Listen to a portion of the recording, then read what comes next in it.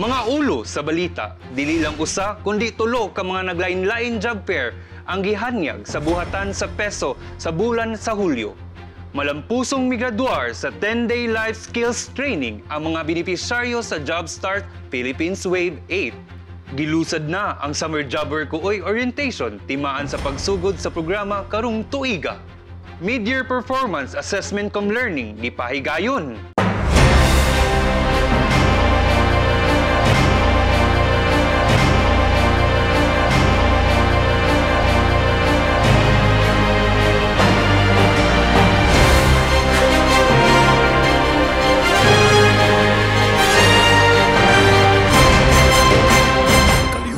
Kalampusan sa peso. Maayong adlaw Cagayan de Oro, maayong adlaw City Hall, mao kini ang mga kalihukan kalampusan sa peso bulan sa Hulyo 2023. Kapin 600 ka mga job seeker ang misalmot sa tulo ka job fair nga gipahigayon sa dakbayan sa Cagayan de Oro.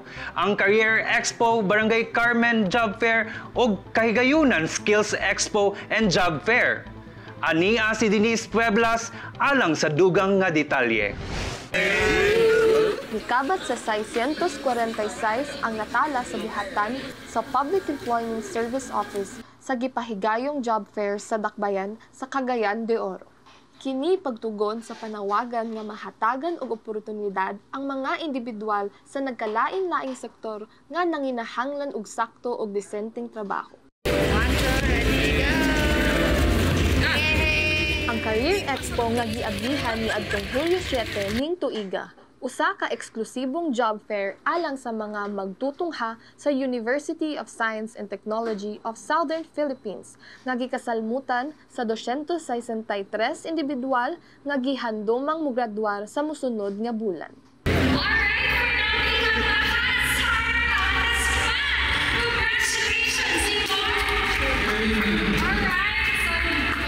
Usa ang malampusong nakaamgo sa mga maayong oportunidad nga gihanyag sa buhatan. Gisundan pa usab sa Carmen Job Fair ni adtong Hulyo 10, 2023, alayon sa kasaulugan sa adlaw sa patron sa Our Lady of Mount Carmel. Mitotal usab ang hired on the spot sa 24. Dugang pa, gisaulog usab ang ikaduhang tuig sa Kahigayunan Skills Expo and Job Fair ni adtong Hulyo 3, 2023 nga gituuhang gilangkuban sa usa ka gatos o 44 ka mga partisipante, gituuhang mikabat sa 24 ang hired on the spots. Dako ang handom sa peso nga mas daghan pa ang maserbisyohan sa paghatag og trabaho alang sa mga Cagayanon. Sugyot ni ini, gipalapdan pa sa buhatan pinaagi sa pagmugna sa nagkalain-laing job fair kauban ang mga partner employers sa Dakbayan. Kay nagato sila nga ang kalampusan sa mga trabahante kay kalampusan usab sa buhatan labi na ning atong syudad. Ako si Denise Pueblas, ang inyong kapeso. Milampos na ang usa ka gatos nga mga benepisyaryo sa unang hugna sa Jobstart Philippines Wave 8. Ni adtong Hulyo 14 ning tuiga, ania si Ninjan Rolyoke para sa dugang balita.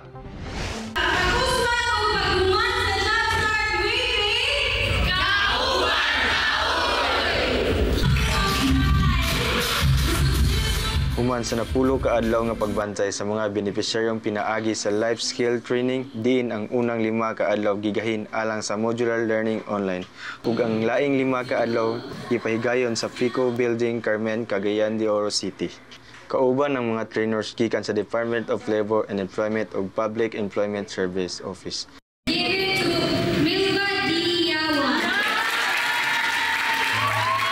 Malampusong migraduar ni adtong Hulyo 14, 2023 sa unang hugna sa programa. Mabuluon usab ang maong programa, hain dako ilang pasalamat sa buhatan sa peso ug sa Dole Field Office ug ang uban pang mga nagdumala ning syudad.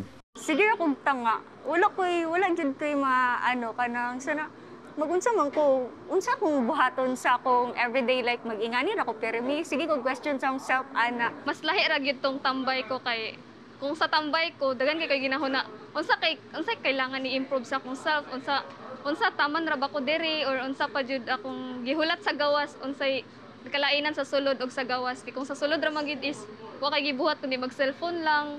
Dayon katong nag-try kog job start, makaingon jud ko nga kanang sana dili man ni ay diretso man trabaho akong gipangita, pero katong pag-enter nako sa training, dito na ko natun-an nga okay.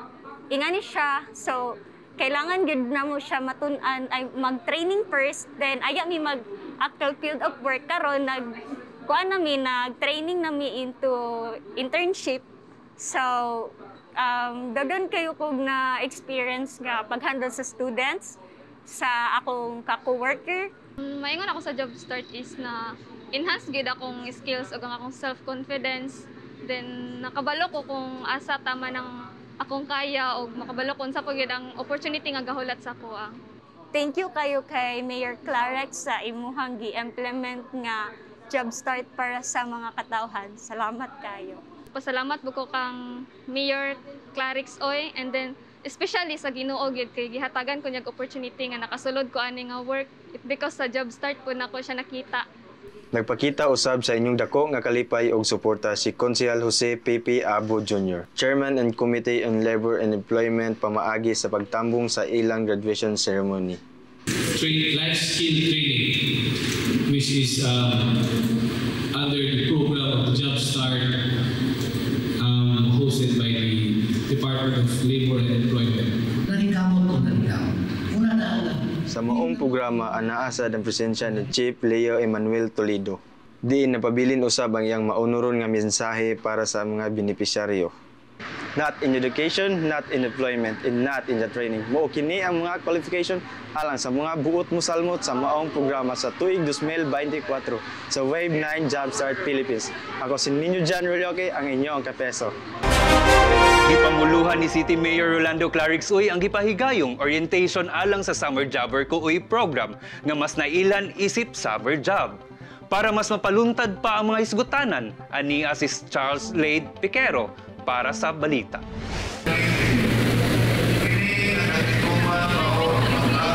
Di atong Hulyo 18, 2023, opisyal na nga mahimong empleyado ang mga estudyante diin sila nakapirma na sa ilang kontrata nga gipahigayon dito sa tunghaan sa St. Mary's Academy. Ang mga benepisyaryo ni pailalom sa orientation nga gisalmutan usab sa kasamtangang Mayor Honorable Rolando Clarix Uy.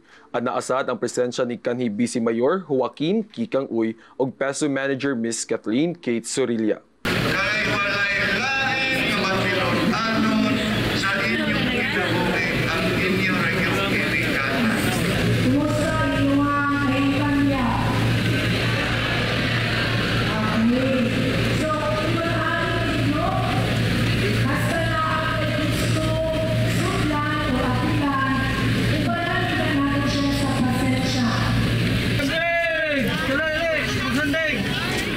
Usa ka pribilehiyo ang mahimong benepisyaryo sa Summer Jobber Kuoy.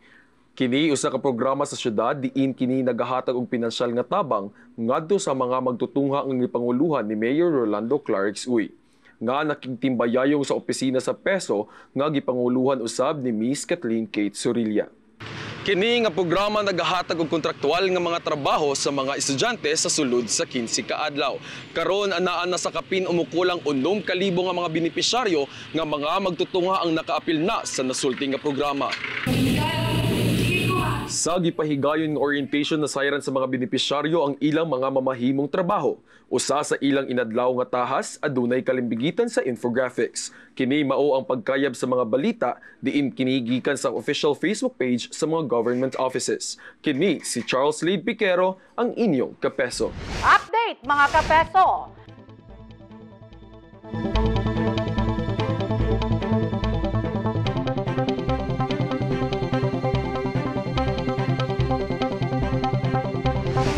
Mid-year Performance Assessment cum Learning Session sa Region 10. Gipahigayon sa Dynasty Court Hotel sulod sa 2 ka adlaw. Nahimong mananaog usab ang buhatan sa PESO Cagayan de Oro sa tinuig nga search for best PESO under highly urbanized city category. Si Bon Pastor Fedi para sa balita.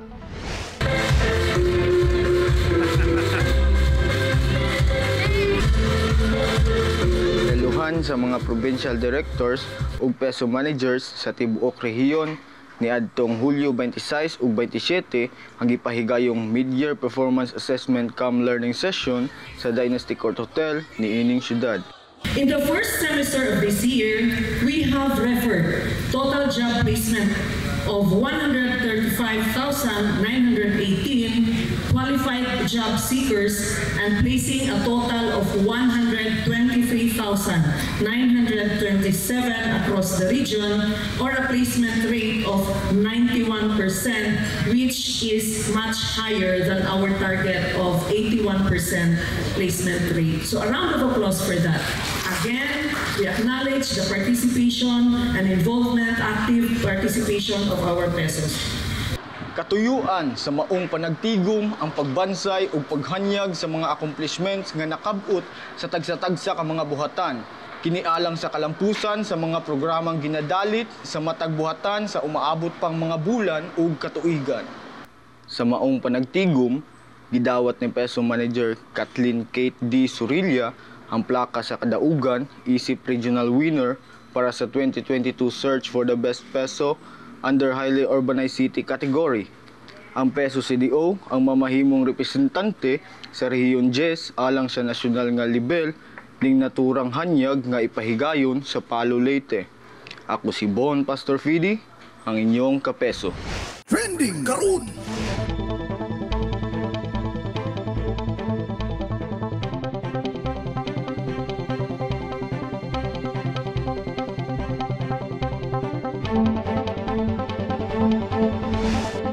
Maog kadto ang mga malampusong kalihukan sa peso bulan sa Hulyo.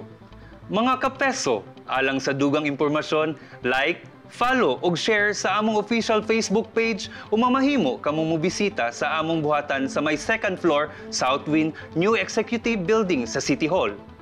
Sa ngalan ni Peso Manager Kathleen Kate Surilla, ako si Albrian Piñon, nagapahinumdum sa pagpangita og disenteng trabaho ug sa pag-uswag kauban taoy, maayong adlaw, dalaygon ang Dios.